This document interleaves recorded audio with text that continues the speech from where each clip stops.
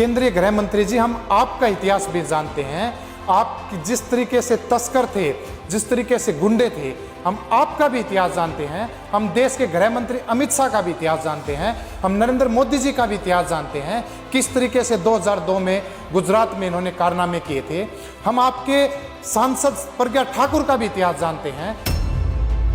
पूरा देश इस बात को भी जानता है कि फिलहाल देश में बीजेपी राज नहीं चल रहा। फिलहाल देश में कुछ चंद गुंडे इस देश को चलाने का काम कर रहे हैं। हमें खालिस्तानी, आतंकवादी और मवाली घोषित किया जाता है। उससे भी जब बीजेपी का पेट नहीं भरता तो बीजेपी के नेता हमारे किसानों को अपनी गाड़ियों के नीचे रौंदने का काम करते हैं।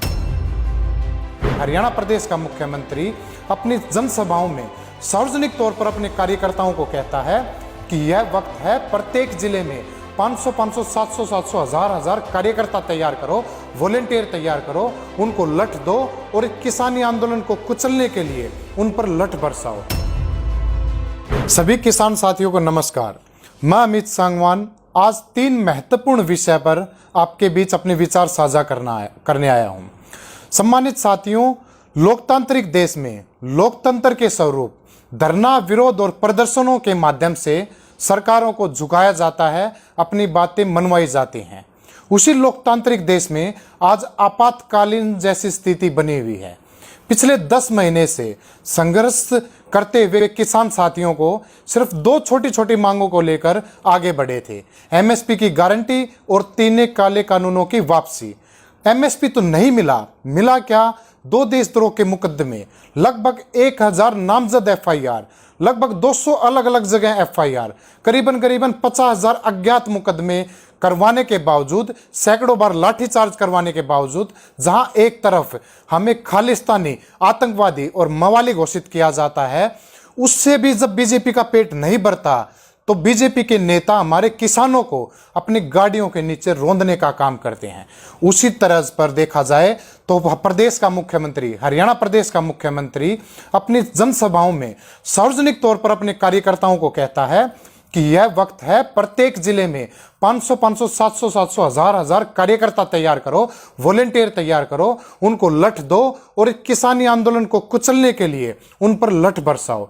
मैं तो सिंपल से एक बात मुख्यमंत्री से कहना चाहता हूं कि खट्टर साहब, उन भोले भाले कार्यकर्ताओं को और उनके बच्चों को अच्छी शिक्षा देने की बजाय, उनको अच्छा रोजगार देने की बजाय, उनको अच्छी चिकित्सा देने की बजाय, उनका अच्छा जीवन यापन करने की बजाय आप उनको अपराध की दुनिया के लिए प्रेरित कर रहे हो। आप उनको अपराधी बनने के लिए प्रेरित कर रहे हो। आप उनको मरने मारने के लिए प्रेरित कर रहे हो और आप अपनी राजनीतिक हथकंडों को पूरा करने के लिए उनकी जिंदगी के साथ खिलवाड़ करना बंद कीजिए।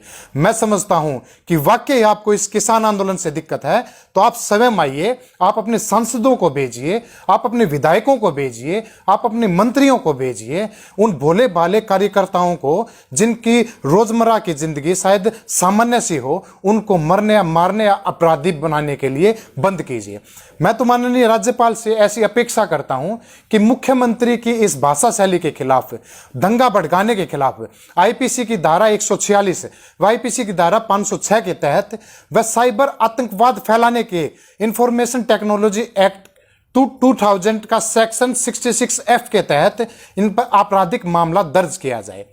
वहीं दूसरी तरफ 2 अक्टूबर को पूरे भारत में गांधी जयंती बनाई गई थी और पूरे विश्व ने अहिंसात्मक दिवस बनाया गया था, लेकिन नाथूराम गोडसे को मानने वाले बीजेपी के नेताओं ने उसके ही अगले रोज 3 अक्टूबर को उत्तर प्रदेश में अराजकता फैलाने का काम किया था, हिंसा फैलाने का काम किया था।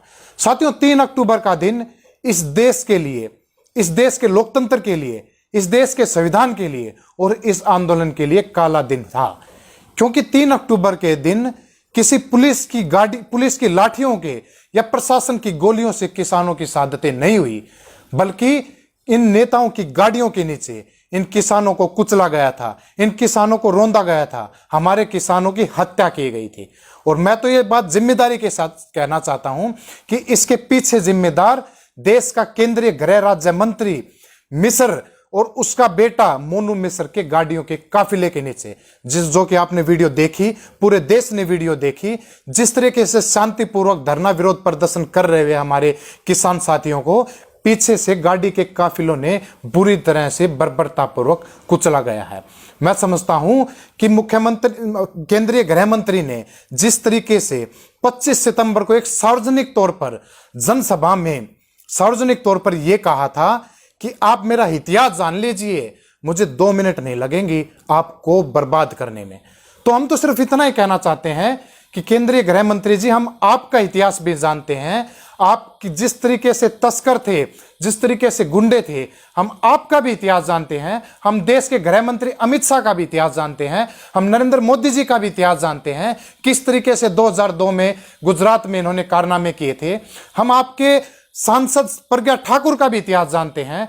हम आपके विधायक कुलदीप सेंगर का भी इतिहास जानते हैं। हम चिन्मयानंद का भी इतिहास जानते हैं। और ये पूरा देश इस बात को भी जानता है कि फिलहाल देश में बीजेपी राज नहीं चल रहा, फिलहाल देश में कुछ चंद गुंडे इस देश को चलाने का काम कर रहे हैं। मैं तो साथियों इस बात का अनुरोध करता हूं कि यह वक्त है इस देश को बचाने का। करनाल की जो हत्या हुई थी वो प्रशासनिक हत्या थी, लेकिन लखीमपुर में जो अराजकता फैलाई है, लखीमपुर में जो किसानों को मारा गया है, वो शासनीय हत्या है। और इस शासनीय हत्या पर आपको आवाज उठानी चाहिए। उसी तर्ज पर हाल ही में उच्चतम न्यायालय ने सोमवार को कुछ ऑब्जर्वेशन दी हैं। उन ऑब्जर्वेशन में मैं 3 पॉइंट आपके बीच साझा करना चाहूंगा जो कि बहुत ही महत्वपूर्ण है। उन 3 पॉइंटों में सबसे पहला पॉइंट वह महत्वपूर्ण इसलिए है कि जो याचिका करता है वो किसान महापंचायत नाम से याचिका करता है। उसका पहली बात तो स्पष्ट तौर पर यह बता दें, उसका संयुक्त किसान मोर्चे के साथ कोई संबंध नहीं है। तो जितनी भी माननीय उच्चतम न्यायालय ने जितनी भी ऑब्जर्वेशंस दी हैं वो उस किसान महापंचायत को दी हैं, संयुक्त किसान मोर्चे के साथ उनका कोई संबंध नहीं है।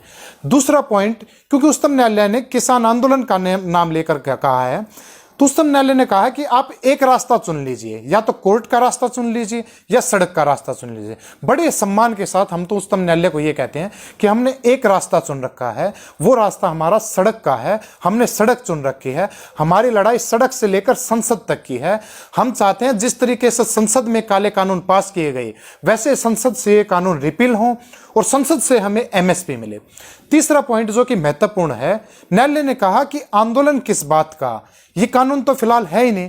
तो हम तो बड़े ही सम्मान के साथ न्यायालय को यह बताना चाहते हैं, यह हमारा तर्क ये है कि ये कानून है, इन कानूनों पर मात्र स्टे लगा हुआ है जो कि कभी भी यह सरकार रद्दी की टोकरी में फेंक सकती है और इनको लागू कर सकती है। तो ये ऑब्जर्वेशन है जिस पर संयुक्त किसान मोर्चे का ये पक्ष है। तो साथियों मैं तो ये समझता हूं हाल ही की जो घटना हो रही है, जिस तरीके से जगह जगह पर लाठीचार्ज की जा रही है, जिस तरीके से एक एसडीएम सिर फोड़ने की धमकी देता है, सिर फोड़वा देता है, जिस तरीके से प्रशासनिक घटना होती है, प्रशासनिक हत्या करवाई जाती है, शासनीय हत्या करवाई जाती है, मैं तो समझता हूं इस अमानवीय घटनाओं के बाद भी अगर आपका जमीर नहीं जागा तो साथियों देश इस वक्त तमाम देशवासी जो लोकतंत्र में विश्वास करते हैं, जो संविधान में विश्वास करते हैं, वो मर चुके हैं। क्योंकि सरदार भगत सिंह की मैं बात कहना चाहूंगा। सरदार भगत सिंह कहते हैं कि इंकलाब के जुल्म के खिलाफ आवाज उठाना इंकलाब की ओर बढ़ा हुआ पहला कदम है। साथियों इस वक्त मैं समझता हूं 26 जनवरी तक यह आंदोलन किसान आंदोलन था, परंतु वर्तमान परिस्थिति में यह आंदोलन देश को बचाने का आंदोलन बन चुका है, संविधान को बचाने का आंदोलन बन चुका है, इस देश के लोकतंत्र को बचाने का आंदोलन बन चुका है। और जो लोग इस बात को कहते हैं कि हमारा इतिहास नहीं जानते, मैं तो उनको सिंपल सी एक बात अंत में यह कहना चाहूंगा कि आप किसानों और मजदूरों का इतिहास जान लीजिए। जितनी भी विश्व में क्रांतियां हुई हैं, जितने भी विश्व में इंकलाब आए हैं, वो किसानों और मजदूरों के माध्यम से आए हैं। तमाम साथियों से, तमाम देशवासियों से सिर्फ इसी बात का अनुरोध है कि आप देश के लोकतंत्र को बचा लीजिए, आप देश के संविधान को बचा लीजिए, आप देश को बचा लीजिए। किसान और कृषि और खेत अपने आप बच जाएंगे। देश को बचाने की मुहिम आप शुरुआत कीजिए। बहुत बहुत धन्यवाद।